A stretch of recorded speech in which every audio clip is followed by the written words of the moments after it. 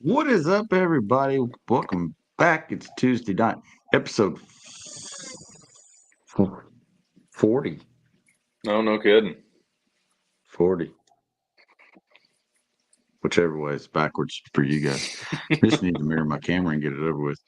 But yeah, episode 40, Orion Podcast. You're watching it now.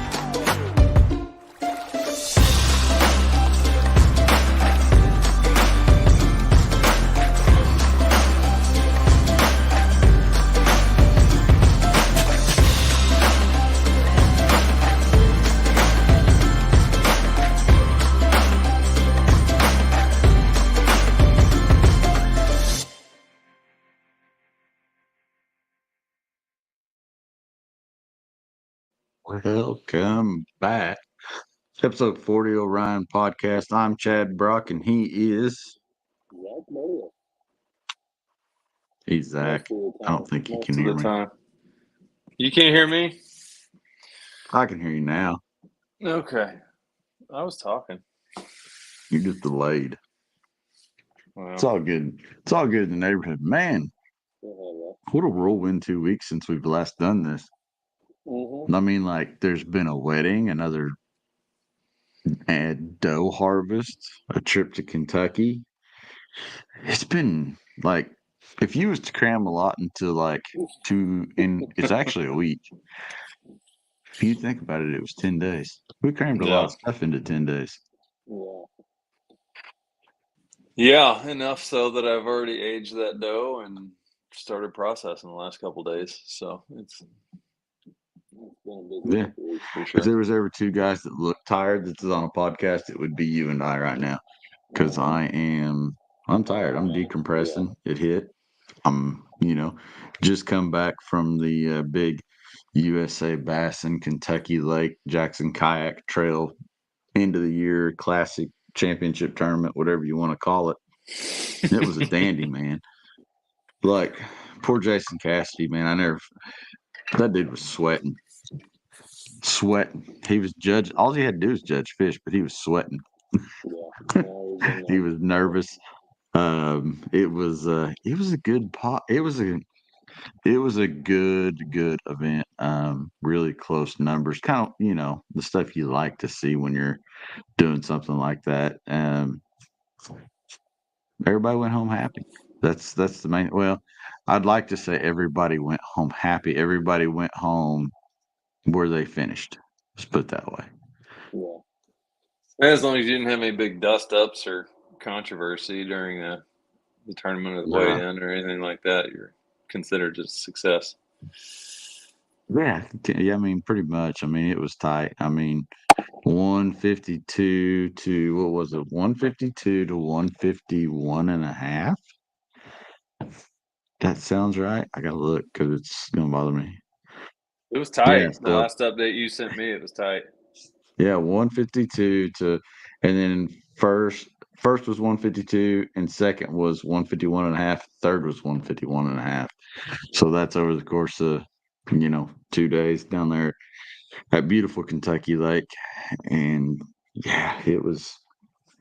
If it makes it any worse, one guy caught 4 fish on his last day. All he needed was a 12-inch fish to win. He would have been the come from behind sneak attack win of the whole deal. Yeah, and And he lost it there's off his days you board. can't catch anything but 12-inch fish.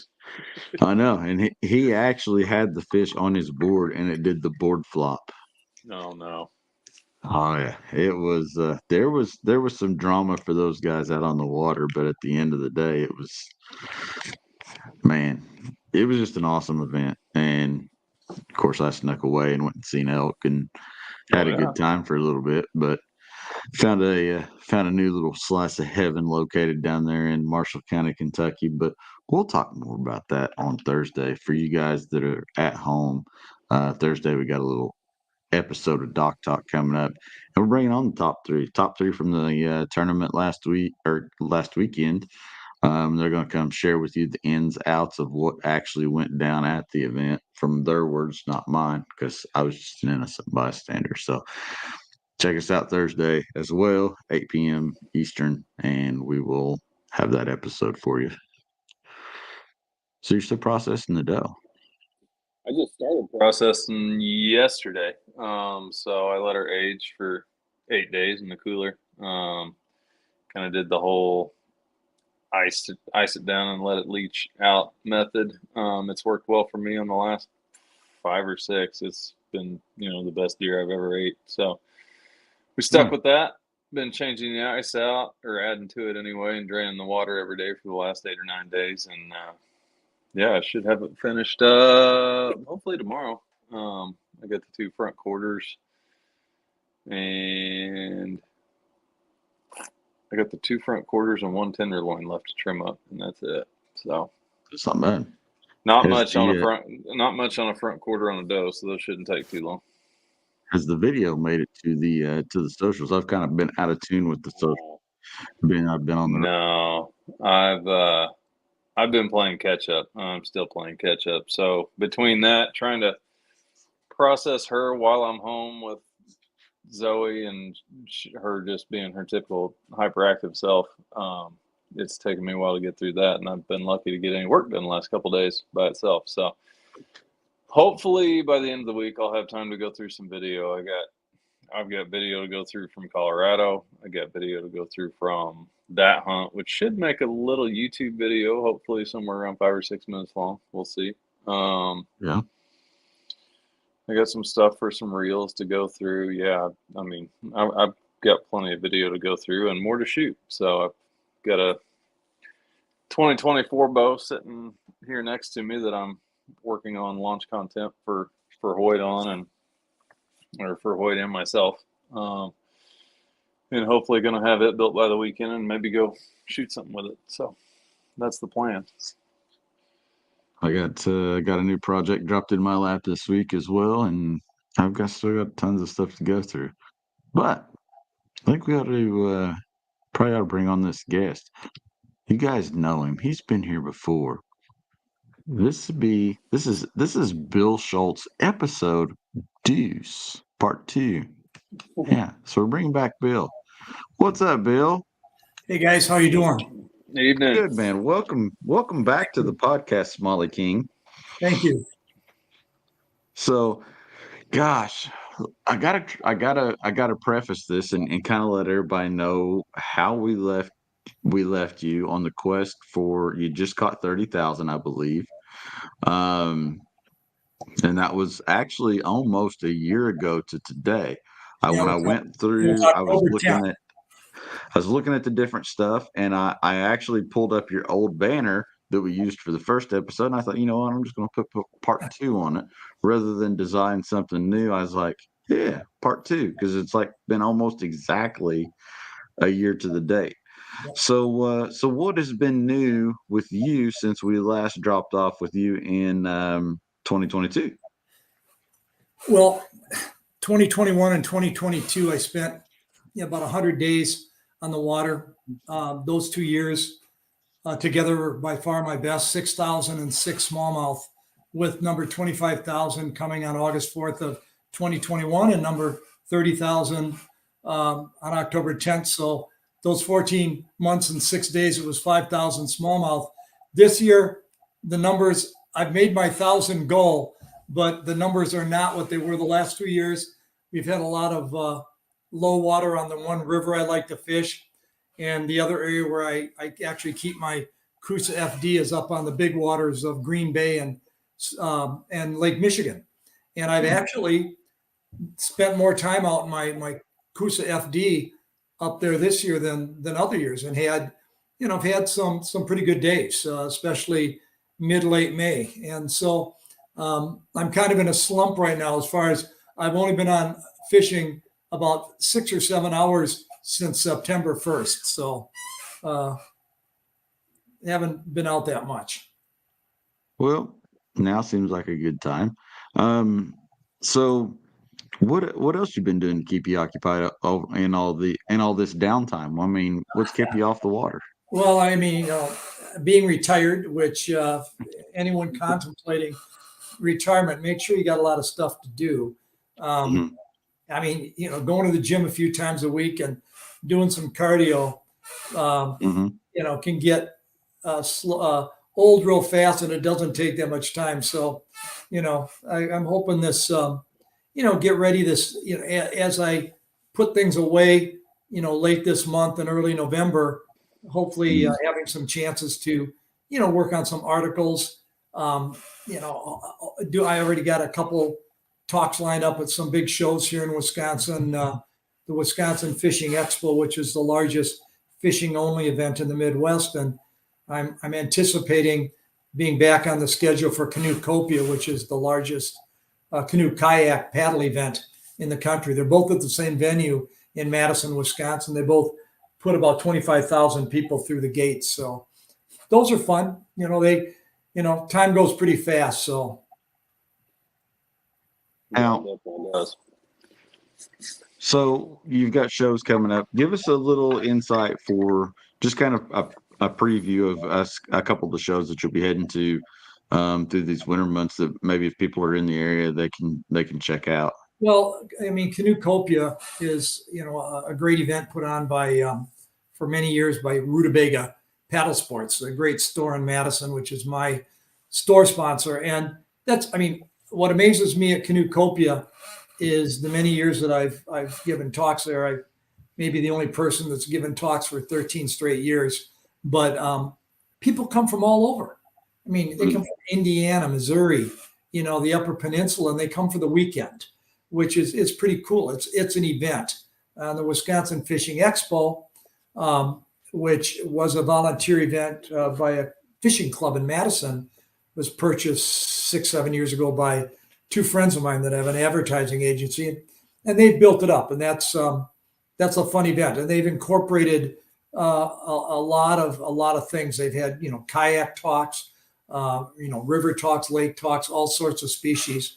I Several of my pro staff companies are there. St. Croix Rods and Minn Kota and Humminbird and all the lure companies. So it's kind of fun. It's fun to drive over the 75 miles and say hi to people. But when it comes right down to it, those things are fun. They take up some time.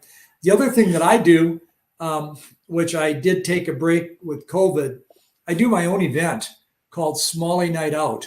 And I started it 2010 or 11, did it 9 years in a row. And except for the first year, it sold out at 130 people and packed a venue. And it was body to body. And I took a break during COVID, and I got it going again this late April of 2023. And I had to go to a bigger venue and spend quite a bit of money on the venue, but it filled the room at 160 people, and coming from northern Illinois and the southern half of Wisconsin. I always, I do a talk, and then I bring in another well-known, fishing person. One that was with me 4 years ago has just announced that he'll be in the United States Freshwater Hall of Fame. Dan Small, the longtime host of Outdoor Wisconsin. But it's a great event. People love it. I don't charge very much. In fact, this year, for the whopping $20 entry fee, as you guys know, I don't use many lures, but everybody got my all-time greatest river lure. Everyone got a teeny wee crawfish from Rebel. And for my buddies at Z-Man, everybody got my next best river lure, a package of Slim Swims, and my best big water lure. Everyone got a package of Kitech 2.8 fat swings, plus sample packs of gopher jigs and a couple of other things. So everyone walked out with $21 worth of items for their $20. And then at the end of the evening, I try to give away $8,000 in phenomenal items for a free raffle. And of Right. course, one of the first things that goes every year is an Orion 35 quart cooler. And it's either the cooler or the St. Croix rod. One of those two always go first. So I think the cooler went first this year, and the St. Croix rod went second. So I love that event. Literally the place is a mile from my house. It's the New Berlin Ale House, and it's a lot of fun. I'm already thinking about it for who I'm going to have for my second speaker for 2024. Already starting to begin hustling those raffle items from all my the companies I'm involved with. But that's fun, and then hopefully we get right back into fishing this year. Surprisingly, with the weather in late March, I was out doing some shore river fishing at the end of March and having some real good luck, and even getting the kayak out and getting in some waders before the actual open to season. But the rivers we can fish year round. Right. I think we was actually on the lake at the end of February this past year. I mean, we had no ice. One quick weekend we had a little bit of ice, and that was pretty much all she wrote on that here in Indiana. So yeah, and it's in kind of nice. Wisconsin, where I spent a lot of time up in Sturgeon Bay, which not anymore, but back in 2014 and 15 was named number 1 and 2 in the United States for Bassmasters, and it's sadly gotten hammered, and there's an overabundance of bed fishing. It's just really gotten hammered, and it's not it's a shadow of itself yet. There's still some great opportunities, but a lot of the guides who are summer guides are also ice fishing guides where they can take out 10, 15, 20 guys. Boy, the ice this year was just, they hardly got to guide this year because of the winter. So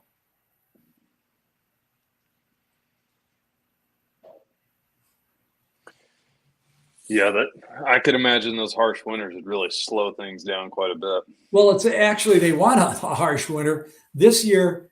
The ice it iced up real late, and it broke up extremely early, and then you always get the stories of the guy with 10 of his clients on the chunk of ice that begins floating out into Green Bay, and they have to get rescued. So I'm not an ice fisherman. I get asked that all the time. I'm a somewhat of fair weather, as early this year as the end of March, and through now or early November, and that's where I'm hoping to head up next week. And the weather's not looking the best, but to get out in the kayak or out in my boat, there's a potential for, if you get out, some really big fish last very late October and November 1st. I did 2 6-pounders on the bogey grip, which is very accurate, 3,500 world records. So I'm hoping, to get up there, but if not, it's what it is. Que sera, sera's song says.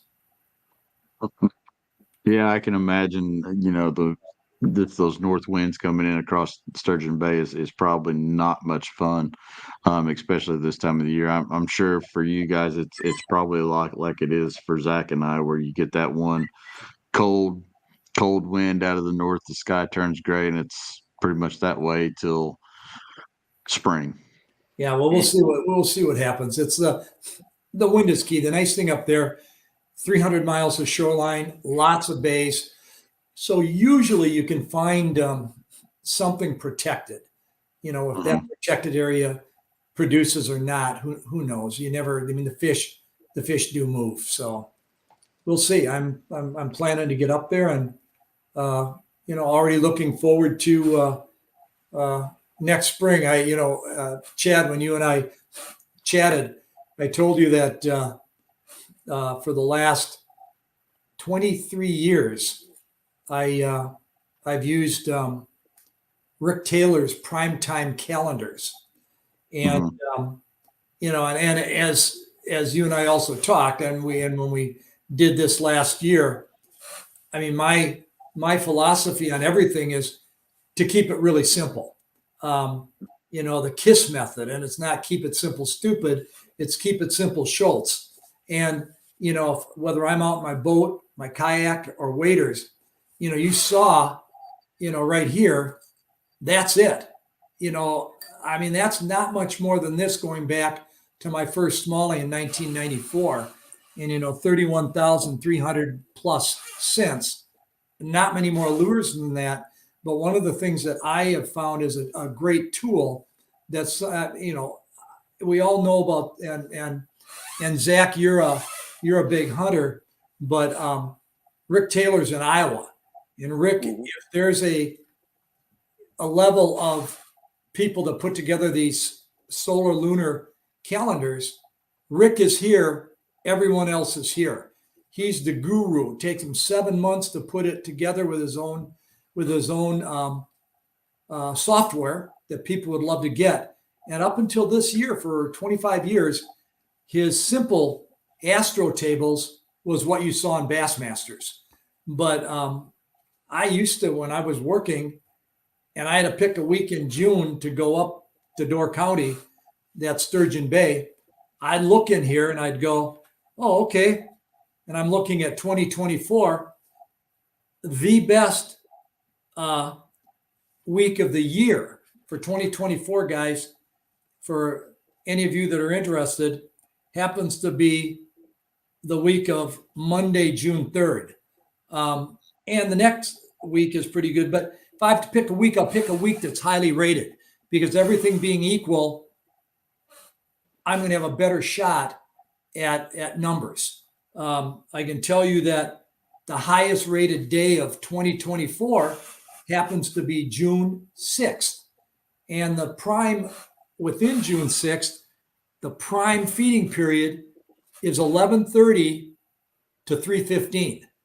And, you might laugh at that, but when you look at my logs going back to, 2000, when I started using Rick's product, there on every year, there's probably only out of 60 to 90 days on the water, there's probably only about a half dozen where I'm on the water when it's not rated, his scale 1 to 100, where it's not a 50, which is a low end of good or higher. But I've been out on days that have been highly rated, and you get a cold front, or you get rain, or you get wind, and big wind, and it screws things up. So I really enjoy this. And the reason I'm moving around here, I'm going to show you guys. This is my buddy Charlie. Charlie's 14 months old, and he's one of our 3 cats. And Charlie inherited the moniker of being my travel cat. He goes with me up to Sturgeon Bay on every trip. He loves to ride. So I figured if I shut the door, he's going to be making noise. So I might as well let him in here while we're doing this. But I don't know. I when I do my talks, I tell people, go when you can go. But if you've got some opportunity to go based on solar lunar times, whether it's hunting, Zach, or muskie fishing, I mean, these muskie guys, they go nuts. I mean, they're full moon, new moon. I mean, they're monitoring everything, and they're noting, wind direction. And I mean, my logs and everything are much simpler, but I do like to have an idea that, and I've been out on days where, let's say, the prime time on a good day is noon to 3. And it's stupid to think this, but there have been times when during noon to 3, it's pretty darn good. 3 o'clock rolls around and all of a sudden things kind of shut down. And, I've done this for hundreds and hundreds of days. So I've got a little bit of a feel for it. He has a book, How to Know When to Go. I wrote an article with him on, best times. And it's interesting. In his book, and Rick's a cool guy. He's probably, I don't know how old he is, but he's real detail oriented, and he's got a bass pond on his property in Iowa, and he does, he tests things out. But in his book, he said he'd never given a 100 rating. Well, this June 6th that I just told you about is rated a 98. Well, back in year 2000, he actually did give 100. On June 29th, June 30th, and July 1st, the ratings were 96, 98, and 100. And Rick admitted that the book was done before, because he said, "You're right, Bill, I did give 100. And I can tell you, I was on the water those 3 days. Big wind blowing me along a shoreline on Green Bay, 248 smallmouth in about 20 hours of fishing. That was back in the day when there were lots of schools of little fish up there. I can tell you that almost no fish were even legal. They were all like 12, 13, 14 inches, but a lot of them. So anyways. Well, and when you're fishing for fun, hey, they all count, right? They all count. And again, with all the river fishing that I've done over the years, I have thousands of fish that are 10, 11, 12 inches. And they're fun in the current. They're a blast. And you get them on a little teeny wee crawfish, and you don't want them to, pull off the hooks or something, or a small lure with a medium light rod.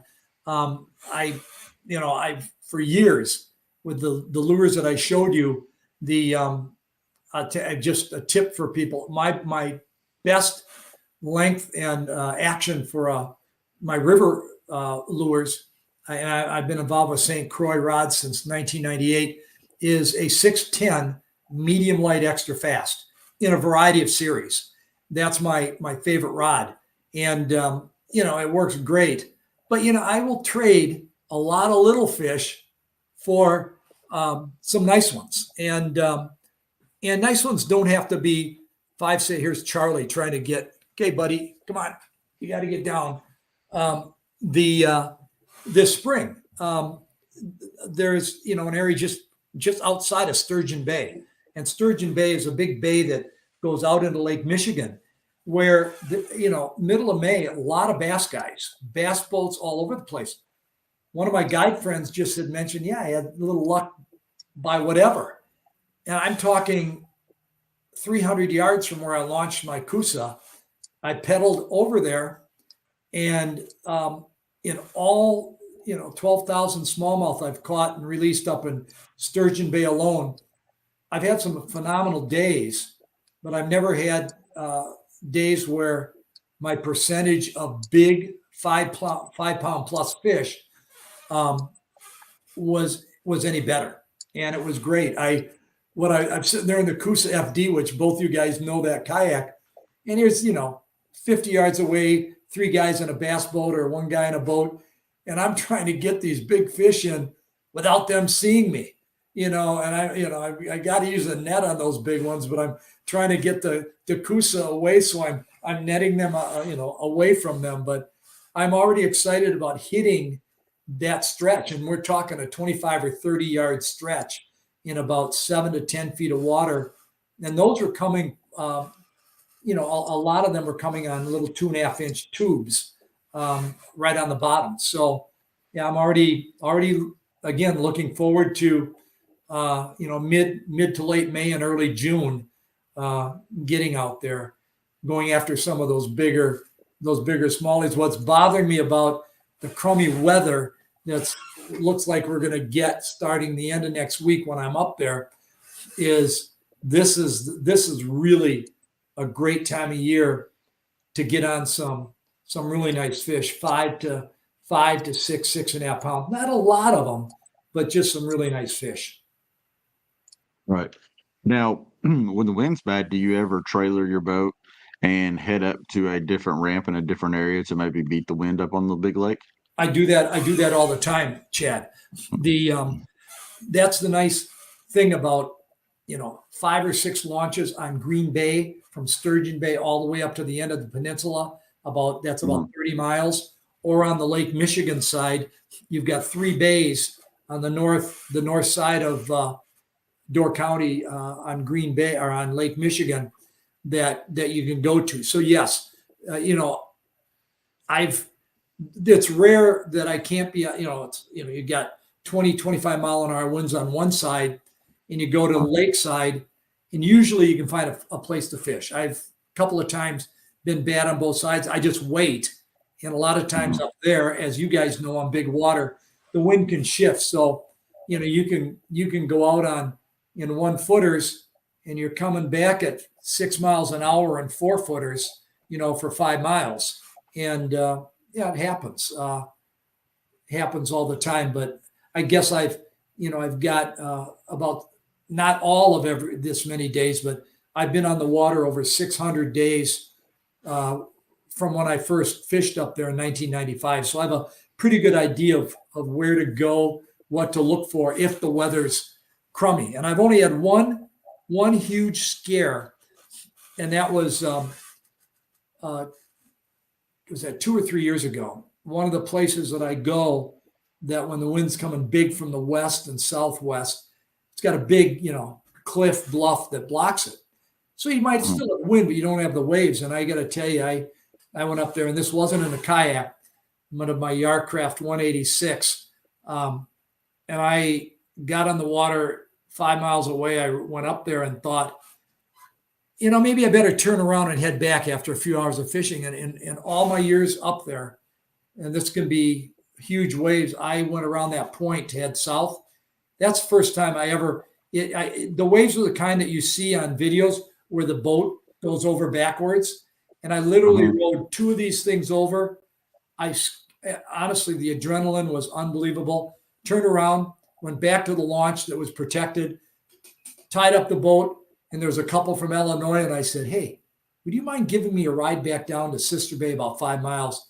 And they were very nice. I got my boat, my vehicle, my trailer, came back up, parked, fished for another 3-4 hours, and then left. But it was scary, dangerous, and typically that doesn't happen. And even with quite honestly, I've been out in 2-3 footers with the Coosa FD, and it's great. It's so stable and it's so great. And my Yarcraft can handle 4 or 5 footers if necessary. Yeah, that Coosa FD it's a fun little boat. I love it. It's great because obviously the NAR is a wonderful big water boat. But the nice thing about for me with the Coosa, even though I'm using, I've got a couple Malone trailers, it's easy. Charlie's trying. He's on the other side here. Hey, buddy, you gotta get going. It's easy for me to get it. I take the pedals out and I can push it up on the trailer really easy. From the water, and I try to find places in a kayak that are blocked. It's no matter if you've got a trolling motor on your kayak. I don't. Chad and I, we chatted about this the other day, but I'm a keep it simple guy, as I mentioned. In my Cruza, probably there are a few times when I could use a locator with the deep water, but I have a sense of, with the water being clear, if I can see the bottom, it's 12 or 13 feet. I kind of know the depths, but I don't have any locators on any of my kayaks. I've got my rods, my lures, and even the small number of lures I take, it's doesn't overwhelm the kayak. I really personally like the front of the kayak being wide open. And I know a lot of guys enjoy having the trolling motor up front or other things. I enjoy that, whatever degrees that is in front of me, left, right, and front, to be casting in all directions. And I don't want to be hindered by something in my way, or, even in my boat with the, my Minn Kota trolling motor, if I've sometimes got it up when I'm in shallow water, I've banged that trolling motor with a rod, and I don't want to break a rod on a windshield or a trolling motor or anything. So I keep it pretty simple in the kayak. Now, talking about keeping it simple, I know you've got your philosophy, but kind of my curiosity is, how much do you actually watch and stay in tune with, newer techniques that maybe come to market and all that. Is it something that you view, or do you just shy away from it altogether and say, I'm going to stick with what I do? No, that's a good question, Chad, and I'll give you a good example. And I think I used to run an event in Sturgeon Bay that got up to 50 people for a weekend of fishing. And I stopped doing it because everyone who wanted to come came to it. And but one of my friends wanted to go out with me, and this was 2016 in June, and he told me about the Ned rig. I'd never fished the Ned rig. I'd heard about it. I never did. I never studied it. And by August, I actually, 3 times out with the Ned rig during August of 2016, twice up there and once on a little river in southwest Wisconsin. The results are so tremendous that the Ned rig, as one of my items in my little, here we go, little, green pumpkin goby TRD on a Ned Locks jig, is great. So yes, the other one is about 4 years ago was when the well-known bait shop up there, they always got good advice, and they were I'd heard them talking about the Kayak lures, and I'd never used them, but I got some about 4 years ago, and they talked about the 3.3 and the 3.8 fat swing impact. Mm-hmm. And this was like, I think 2019. I tried them, swimming them depending on the depth, either a lighter jig or a heavier jig, just swim them slow and steady. And the 3.3 was better. And then 2 years ago, I started also throwing in the 2.8, and it just kicked it out of the others. And I just, it's great. It's a great river lure, and it's great. My philosophy has been, I think small catches everything. And even though a lot of guys think big is what you've got to go with, and it's fine, but I'm very, very finesse. So the 2.8 Kayak fat swing is phenomenal. And it's pretty much all, and my best day up there this year in the Coosa, middle of July, where the Friday before a friend and his son got skunked. I kind of had a feeling the fish might be moving.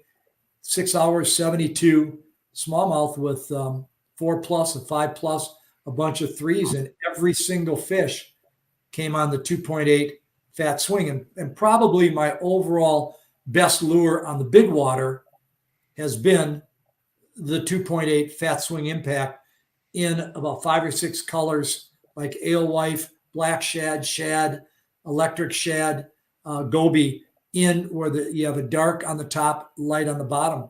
And when I get up there, this will be, along with the little 2.5-inch right bite tube, will probably be my key presentations up there whether I'm in the kayak or the boat. It's nice because it makes things really simple. My storage areas in my boat are virtually empty, and in the kayak you don't have to take a lot of stuff, and so it makes things real simple. I have plenty of rods and reels, and I lean my rods up against my back platform, and in the Coosa, I've got a J crate, so I've got the flush mount rod holders. I have a couple there. I have 2 or 3 in the J crate, and I've got a couple of external ram mounts. So I have 5 or 6 rods. And it's funny, where that day in July, every single rod was rigged with a 2.8 fat swing impact, most on a 1/15 ounce Ned Locks Z-Man jig. And I had one that had a little heavier jig. So these are newer things that for me, the last 4 to 6 years. The one thing, again, I pay attention to things, and if they're finesse, I'd like to give them a try. Drop shotting is something that is a great presentation. I just haven't done it as much because these others have been very good for me. So I'm not adverse at all to new things. In fact, the only old thing that I really use is the Rebel Teeny Wee Crawfish that goes back for me to 1995. And it's still, from a river standpoint, the little teeny wee that's a 2 to 3 foot diver. When you're in a river that's 1 to 3 feet deep, it is phenomenal. It outfishes their 2-inch version, the wee craw or the middle craw. It just works great. And but if something's better than those, and I like things that are easy to use too. I like things so that if nothing's simpler than throwing a tube and letting it sit on the bottom and twitching it a little bit, or a Ned rig, letting it just sit there and let the current do its thing, or as simple as swimming a Kayak or a slim swims from Z-Man. It doesn't get much simpler than that, and that's I like simple. Yeah, and I mean the simple goes a long way. I think we can't overcomplicate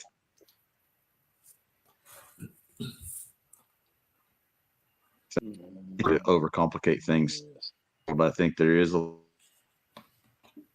Well, I think a lot of the joke always has been it is hard.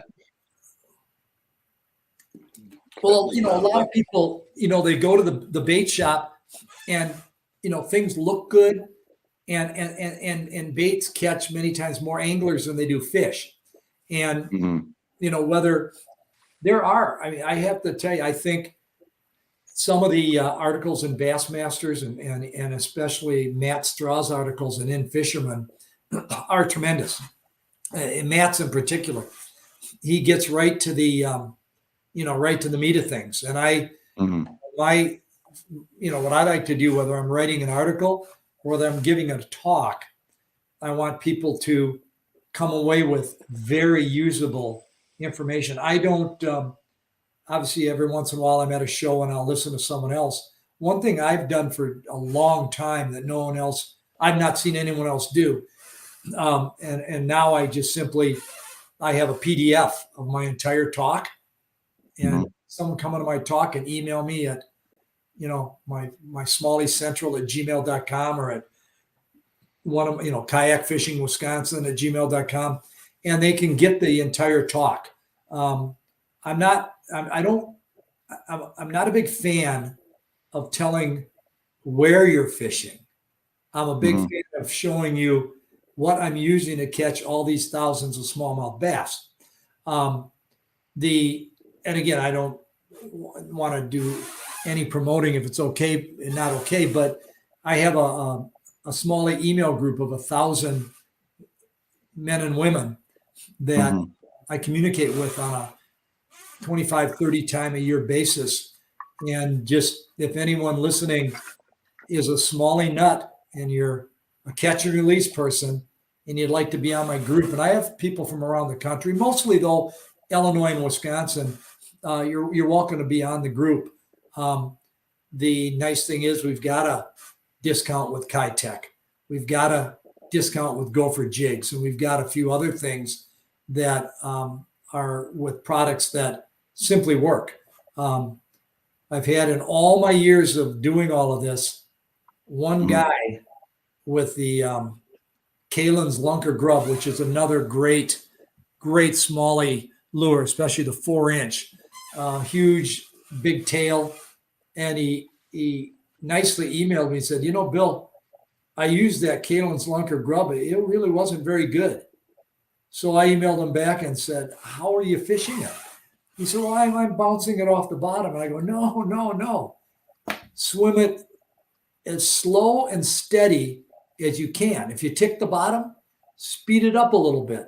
And he emailed me back and said, oh, it works great. So, I like it when people have success with what I'm suggesting, because it goes to my credibility. I'm not, none of the things that I've showed you, nothing did I get given to me. Hey, Bill, you got a big group, give this a try and then tell them about it. Well, no, I need to find things that work great. Then I'll tell people about it, because I don't want people emailing me and saying, the heck, that doesn't work at all. Mm. So, it goes to my credibility. And that's the nice thing about, wearing my, the Jackson kayaks. I mean, they're wonderful. They meet all my needs, and they're a great product. I've got a couple of Orion coolers. I just don't like using things that aren't really good. I'm a little bit spoiled. Now, with now, my do you whole, think though that we kind of had this conversation a little bit this weekend? Confidence baits. I think there's a lot of people out there that find confidence in bait X, Y, or Z, and that becomes their go-to. Do you feel like that folks should try to find baits that they have a confidence in? Like maybe one of your baits will work for them, but maybe the other they just can't get the presentation right. How do you approach that with your conversations? no, that's a great point. And obviously, if I'm on a river the last 3 years and I'm using the teeny wee crawfish, which actually goes back, almost 2.5 decades with me, but it was 2021 that I really started going nuts with the Z-Man Slim Swims. That's pretty much it. That's what I've got on, 2 rods. I tuck one in my wader belt, and I'm using one, and I never go out with just one rod when I'm wading. But yes, I do have a lot of confidence in them because they work. And and someone else might have confidence in something else. And I think that has a lot to do with it. I've done this so long, as especially the rivers, even Door County at Sturgeon Bay up there, where some days you just kind of know. And I mean, you could be using, the guy, the tournament guy, or the guy that's into everything could try 8 or 9 or 10 different things and not do well. So, just some days that's the case. But these few things I've used for me go back, to day one with, that first Smalley in May of 1994. And they've continued to work, tweak a couple things, but not too much. Kind of talked around that question. Sorry. No, I'm looking at the comments, and I've got somebody that popped up that said there was a cowboy puppet, and I was just like, okay. Yeah, that threw me off. He threw me off for a minute, Bill. I apologize if I went kind of looking like I was sideways at the screen. I was just like, what's this?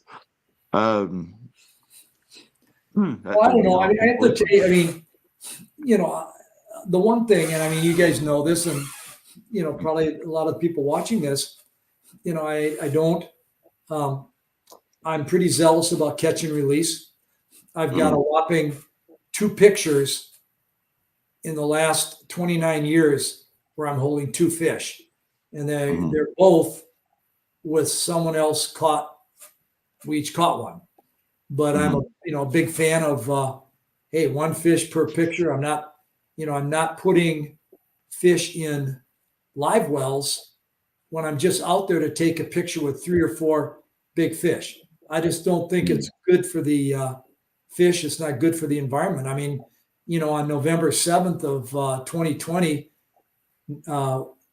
46-degree water, my personal best at 7 pounds, 4 ounces. My picture of me is terrible. The fish, it's pretty good, but I was working so hard to get that fish back in the water. That fish literally flew out of my hands.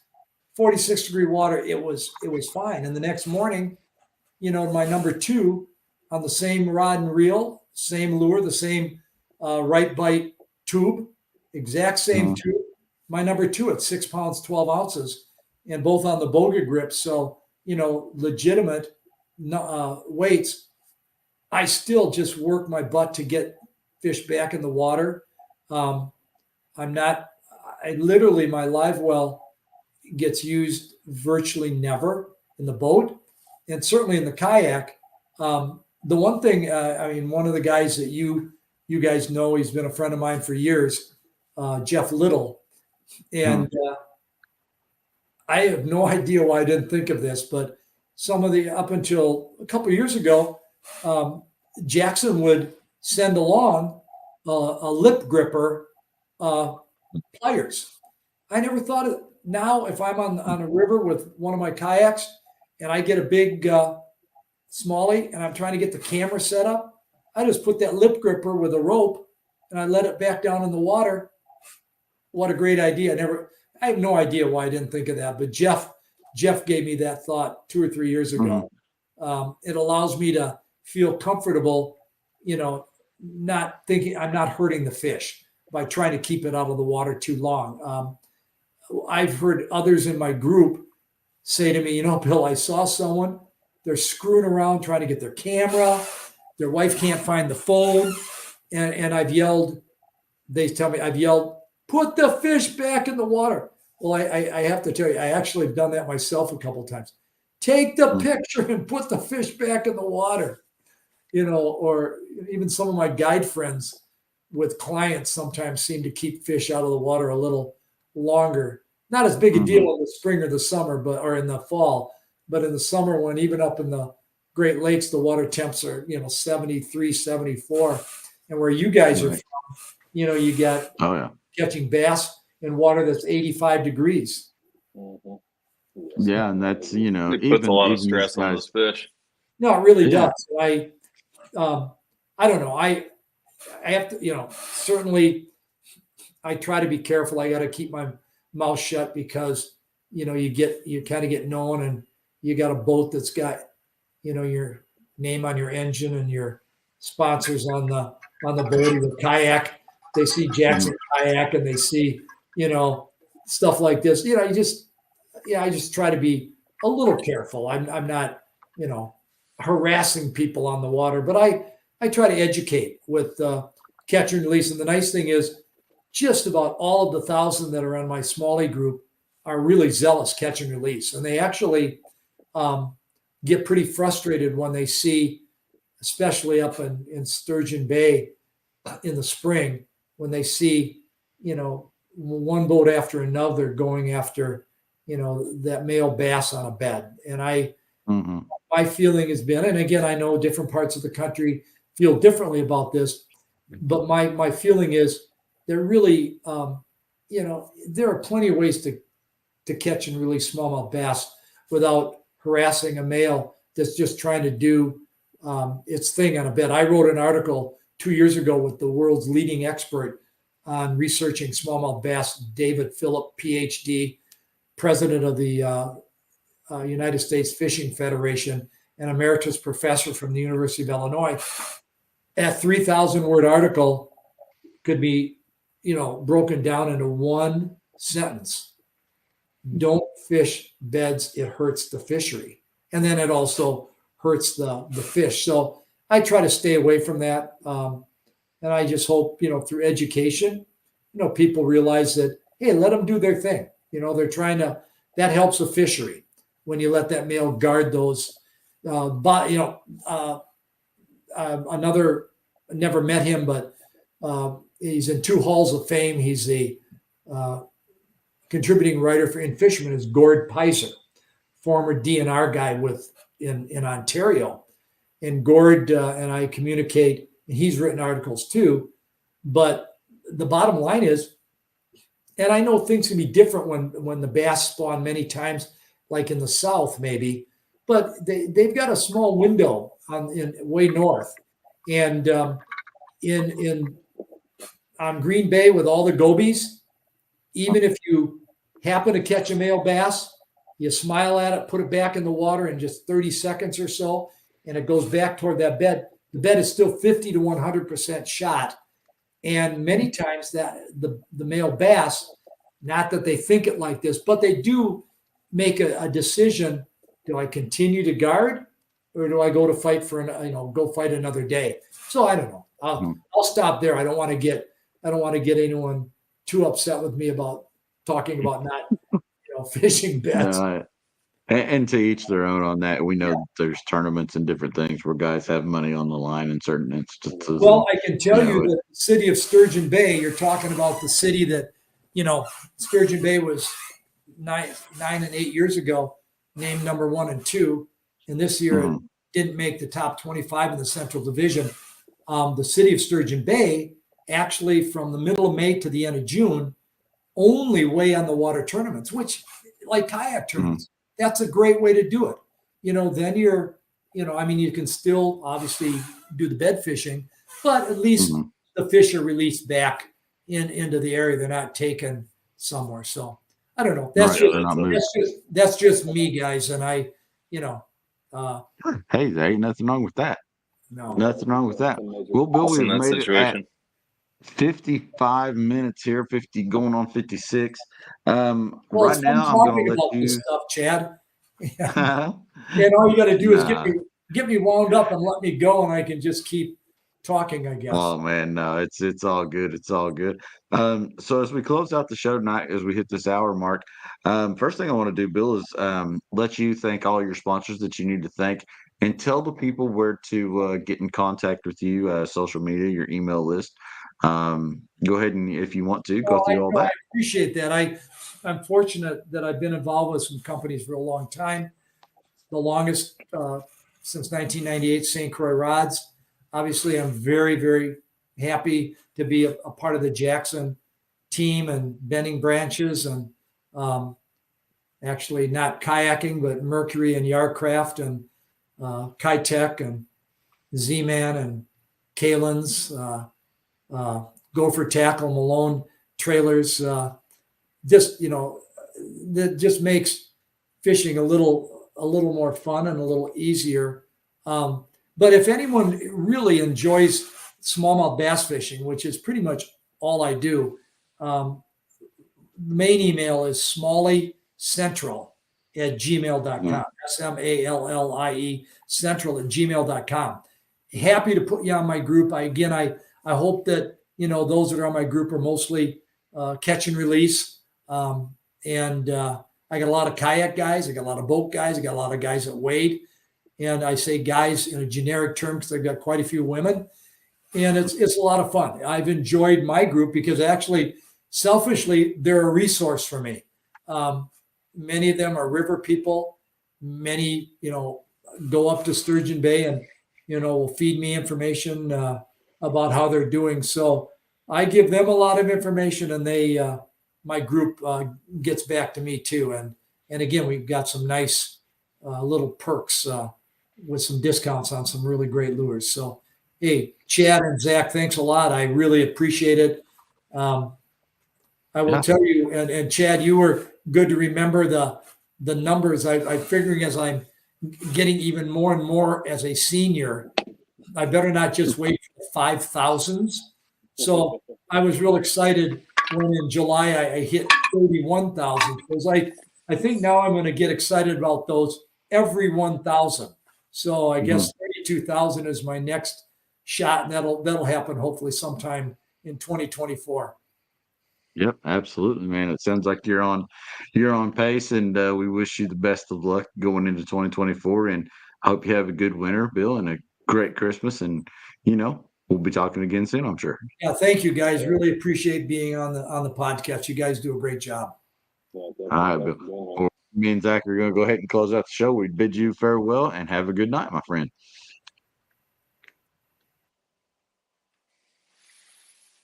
There we go. Episode number 40 in the books, you guys. Thank you so much for watching. Even Flocky, we had to kick Flocky the Ram. I think that's the first guy that it got weird, man. That last comment got the last comment about spit my drink out on that one. It got weird. I don't know where Flocky the Ram came from, but we apologize to you guys that are watching on YouTube. We had to bounce Flocky. That was weird, dude. Flocky, that was a new one. Weird. That was a new one. You wonder how people find like some random like hunting fishing podcast and like there it is. And Mm-hmm. no, I don't know, man. I don't know. But anyway, man. So what you got this weekend? Anything good? I'm gonna try and find a way to get out in the woods this weekend. It's always so tough when I'm up here. Don't have any real good spots to go. A buddy of mine that I do some urban hunting with down about an hour south of me. I gotta get with him and see what his schedule's like, and hopefully I Mm. can get down there with him Saturday morning, maybe. Maybe put something on the ground before the soccer game at 10 o'clock. Maybe I can be back in time to get here for it. But no, Mhm. that's the goal at the moment is get this new bow set up and sighted in the next 3 days, and hopefully get out and show something this weekend. If not, definitely the next weekend. But Yeah, man. I was drilling pretty hard down there at Kentucky Lake Outdoors. They had some decked out hoyts sitting around, and I did the right thing. I went and held a few of them. well, Did the right thing. Went and held a few of them. Uh, they got a nice shop there. Always have had a nice shop, but their newer building is even better. They've got a pretty sweet little archery range back there. A bunch of five spots and Vegas targets hanging on the wall. Kind of reminiscent. Did pick up a bow. Didn't shoot anything, but I did pick up a bow. So there's that. And I got the ah, only thing I shot was an elk photo. there you go. So I was stoked about that. That alone, hearing those bugles alone, was enough to that'd make the hair on your neck stand up. Oh, me and Wyatt Guard in the comments, we was a hot mess. Of course, neither of us have ever got to be that close to a bugling elk, like, and by close I mean 25, 30 yards. Mm-hmm. And yeah, we backed up the hill. Wyatt was standing up and he says, "It's coming over the ridge, it's coming over the ridge." And I back up real quick, and it's like all of a sudden you just see the antlers, just the rack just coming out of the tall grass, and it's like, as Jason Cassidy did it best. His elk call was a little off, but he tried real hard. There might be some video footage released later of Jason Cassidy's elk call. I'm looking forward to that. I'm sure it's a lot like it is up here in PA, where I mean the last time I was up around Benazet, there was a bull. He was hot too. He probably had a dozen cows with him out in this field, and there was, I don't know, no less than 100 of us standing around less than 70 yards from him as he chased these cows around this field. I'm like, this is like being in a zoo. This is not Yeah. like wild elk right now. Oh, they were moving pretty good.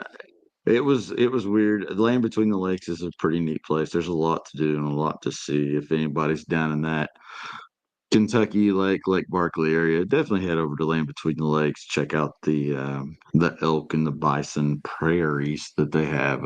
It is pretty neat. Um, but yeah, I think for a lot of folks, and that was a good big part of the whole Kentucky rebirth for the elk. Land Between the Lakes played a big part in that, and breeding some elk and getting them out there. So I think that was pretty cool as far as that part of it goes. But yeah, got it got Yeah, it got the blood pumping. I think they reestablished that Mm. herd down there prior to starting the project up here. I'm Mhm. not sure what the total herd numbers are down there, but I think there's somewhere between 1,000 and 1,200 up here now. Yeah, it would be interesting to dive into that data. That's where we need to have the old boy from Kentucky Afield or something on here to like really talk about that whole elk project in the East. That would be a fun Yeah, that'd episode. be cool. There was, I can't remember if it may have been on Amazon Prime. There was like a little special or something on there, like an hour and a half long on Rocky Mountain Elk Foundation and doing their uh, elk restoration in West Virginia.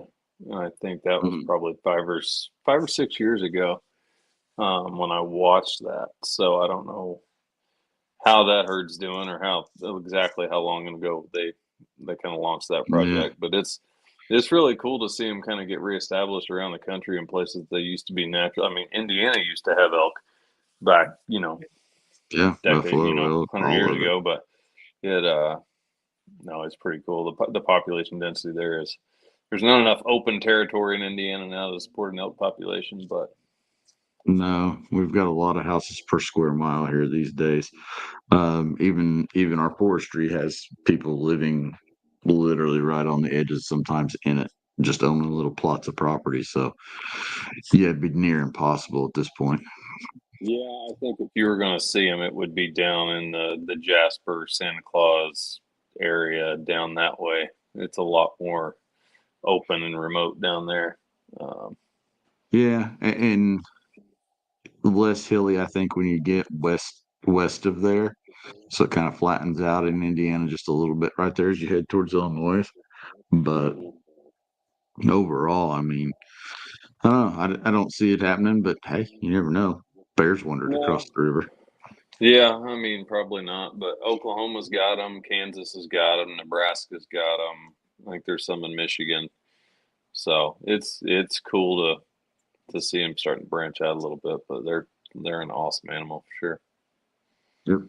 Yep. And it's neat to see the conservation that's going into it. I think that's what we need to do. We need to find us a conservationist to talk about some Yeah, eastern elk instead of the yeah, western no, elk. that'd be a cool conversation. Wyatt, do not let that be a bucket list item. Just go do it. There you go, Wyatt. I know a guy. I said I that know for a a guy. long time, and Hmm. I've been every year since. So Yeah, yeah. The Kentucky one, Kentucky can be a bucket list item because it's really hard to get drawn for that one. yeah, it's like less than 0.5% chance if you're a non-resident. So that one's definitely a bucket list, but Yeah, that one's a bucket lister. there's no point. There's no point system. It's purely lottery. So Mhm. And the Colorado stuff's going to change, so that might be interesting too.